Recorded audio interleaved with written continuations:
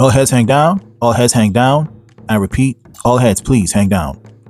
We know another legend today. One of the greatest boxers in boxing history. As I said, one of the greatest boxers because it's still relevant between Mike Tyson and Muhammad Ali, or Sugar Ray Leonard or Lennox Lewis. George Foreman died at the age of 76, and I'm gonna be real with you. I was watching Hellboy, the Guillermo del Toro movie, and I was gonna do a 4K review because I bought the Steelbook, and literally I stopped the movie and I was just searching through YouTube because I posted some content there, and I just found out that George Foreman died. I think I was watching Willie D, and I didn't even watch all. I just saw it said George Foreman dead at 76. I'm like, oh my god. And again, I know a lot of people say 76 is, to me, Gene Hackman died at 95. So I tend to want most people and most celebrities dying at around 90s and 100 years old. I just think 70s and 60s, just like with Angie Stone, that's, to me, and this is just my opinion, this is too young for me in that kind of category of young, because I don't think 76 is really old. Tito Jackson died around that age in the 70s, and yeah, man,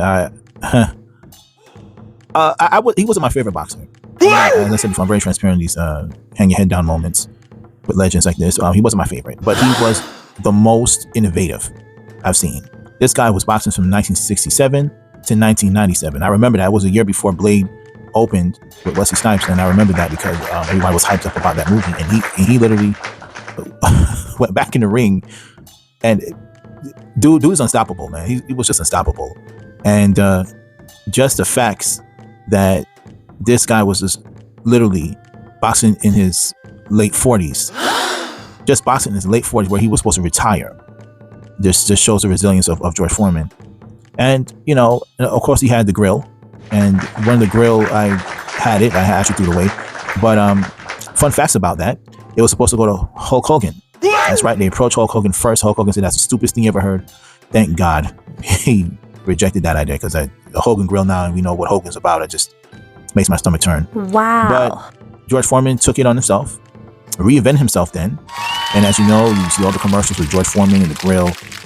Just beautiful. The guy was innovative in every way. He took boxing outside. There were some controversies with him. I'm not gonna lie to you, and I'm not here to, like I said with Irv Gotti, I am not here to go into the controversies of his life. I do not care about that. I care about that this man died. I'm gonna read from Wikipedia now, like I always do. So here it is. George Edward Foreman, January 10th, 1949, he was born, and he died March 21st, 2025. He was an American boxer, entrepreneur, a minister. I forgot to say that. He was a minister, and a real ordained minister, and an author. He competed from 1967 to 1997, and his nickname was Big George. He's a two-time world heavyweight champion, and he also won Olympic gold. And as you know, he was known for the George Foreman grill. As they say, he had a troubled childhood. Now, I never saw the movie. I know it's a movie out. I didn't watch the movie. But I knew that he had a past, guys. He was accused of a few heinous. I'm not going to get into it. I'm going to just keep reading. Foreman took up amateur boxing, and he won a gold medal in the heavyweight division in 1968 at the Summer Olympics. Didn't know that. He was turned professional next year.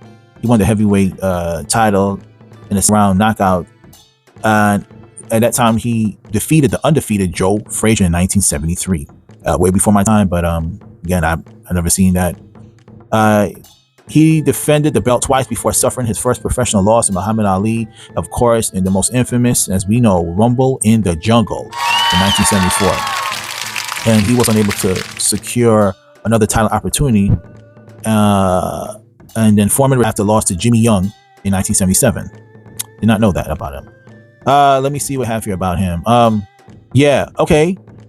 Was an ordained Christian minister around that time. He was born again, and 10 years later, he announced a comeback in 1994 at the age of 45. Oh my God. And that's why he won the WBA, IBF, and heavyweight championship titles by knocking out 26-year-old Michael Mourner. He knocked a 26-year-old out. And I remember, I don't remember well, because in 1994, as you know what happened back in that time. O.J. Simpson, everybody was following it.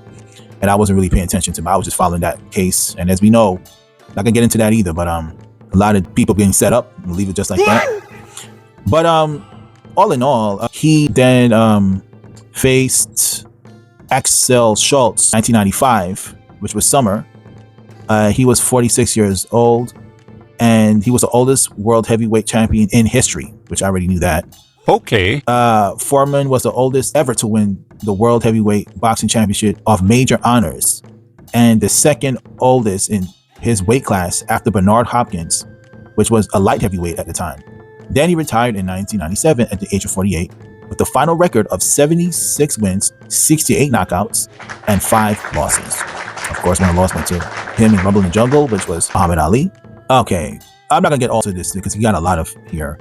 A lot of. They listen to all fights here on Wikipedia. And anything, guys, again, if I missed anything, please go on Wikipedia and they have like pages of this dude. Every fight he fought, from Foreman versus Lyle, Foreman versus Frazier, from Foreman versus Young, they literally, wow, this, that.